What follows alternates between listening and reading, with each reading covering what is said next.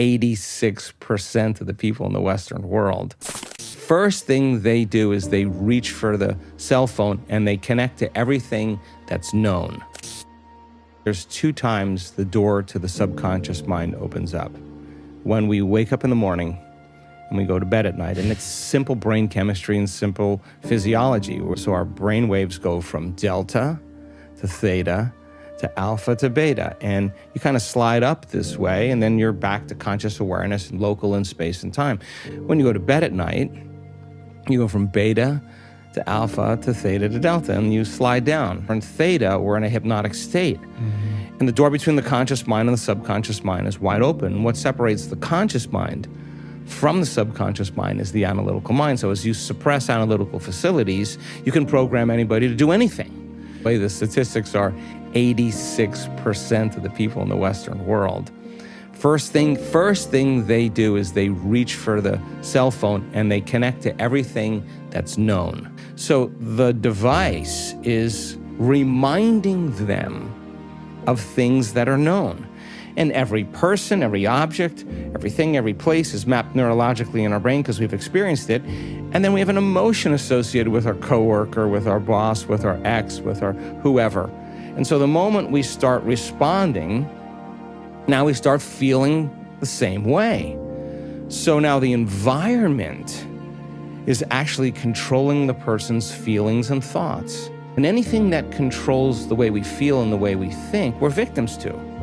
So something's programming us to think and feel a certain way. There's nothing wrong with that. You should check your text and do whatever you need to do. But the first thing in the morning, if the door between the conscious mind and the subconscious mind is open, why don't we program a new behavior? Why don't we rehearse a different way of being with our children, with our spouse, in our Zoom meetings, when we're alone, when we're in traffic? Is there a better way to evolve our experience?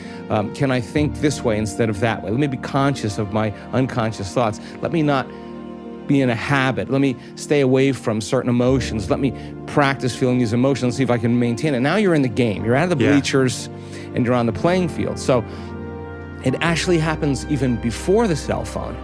Because what most people do is they wake up and the first thing they do is the brain is a record of the past. They think of their problems. And those problems are just memories that are etched in the brain that are connected to certain people and objects at certain times and places.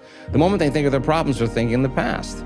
Then when they think about their problems and they feel unhappy, now their body's in the past. And if you believe that your thoughts have something to do with your destiny, and then the emotion that's associated to it is now the body's in the past, because thoughts are the language of the brain and feelings are the language of the body. And how we think and how we feel creates our state of being. Now here's the problem. If you can't think greater than how you feel, and you believe that your thoughts have something to do with your destiny, and you understand that feelings and emotions are a record of the past, then you're thinking in the past, and your life will stay the same.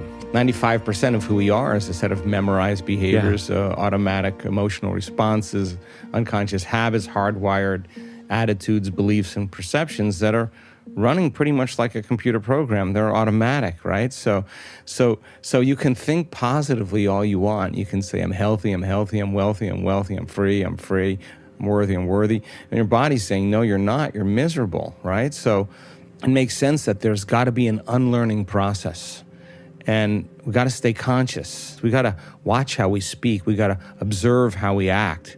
We got to pay attention to the way we're feeling, and we have to become so conscious of those unconscious states of mind and body that we don't go unconscious in our waking day. Because how you think, how you act, and how you feel is your personality, and your personality creates your personal reality. So if you're thinking the same way, you're acting the same way, and you're feeling the same way, nothing's going to change in your life, right? So then the unlearning process is as valuable as the relearning process. The breaking the habit of the old self has to happen before you reinvent a new self. You got to prune synaptic connections before you sprout new connections. You got to unfire and unwire before you refire and rewire. You got to deprogram. You got to go out into life and try it out. Okay, I've changed my internal state. You could have a great meditation. You can connect, your heart could open. This happened to me. You could open your heart, you'd be amazing, you feel like the day is invincible. And you get up, and then the rest of your day, you're unconscious, the 15 hours of your day. So you're gonna weigh 1 hour of being in a different state of being against 15 hours of you being unhappy and rushing and in a program. So then, How many times do we have to forget until we stop forgetting and start remembering? We've seen this happen to many people. They sleep better, they have less pain, they have more energy, but their blood values never change. Now, they don't say, oh, I feel better, but I'm failing, this doesn't work. They say, what is it about me that's stopping this from completely healing? Okay, how am I in my waking day? The moment you begin to ask that question, you turn on the frontal lobe, and the frontal lobe is the seat of your conscience. Now, the moment you start looking at the end of your day, how did I do? This is such an important question. How did I do today? Did I fall from grace? When did I lose it? And who did I lose it with? If I had another opportunity, how would I do it differently?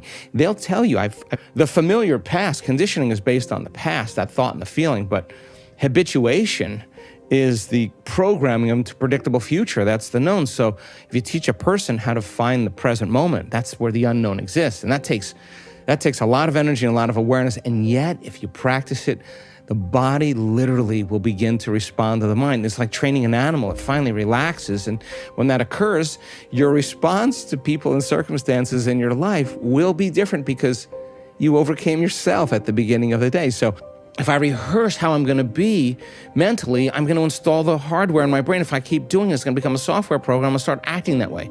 Okay, if I say I can't, it's too hard, I'm too tired, I don't feel good, those are the things that stop me. Okay, but what if I just start saying anything is possible? I believe in synchronicities. What if I, with my intention and attention, just really get clear on that? Would that be the new voice in my head? So now, the person who's truly present and not thinking about their shower or the emails they have to do or their cell phone or their texts or when they have to take their kids to ballet or whatever, you're going to get to all of that. The person who's truly present, if they follow the instructions, we've seen them have very significant changes. First, in their subjective experience of themselves. Like, wow, my back pain isn't there. That's kind of weird. Or, God, I slept better last night. These small indicators or feedback to tell you that whatever you're doing inside of you is producing a result outside of you. Keep that up over a period of time, and you see instrumental changes taking place in the person. Now, another person who has had a series of traumas, been abused in some way from childhood, is facing a lot of health conditions, a lot of emotional and psychological conditions. We don't want them to heal in 1 week. We want them to work on overcoming those emotional states, and those are the victories. So sitting down in the meditation, and when their body starts getting agitated or starts getting anxious, instead of quitting and saying, I can't meditate, because that would be the extent of that person, just be curious. What's on the other side of this? Can I lower the volume to this emotion? My body's craving this emotion. Let me settle it down into the present moment. That would be a victory.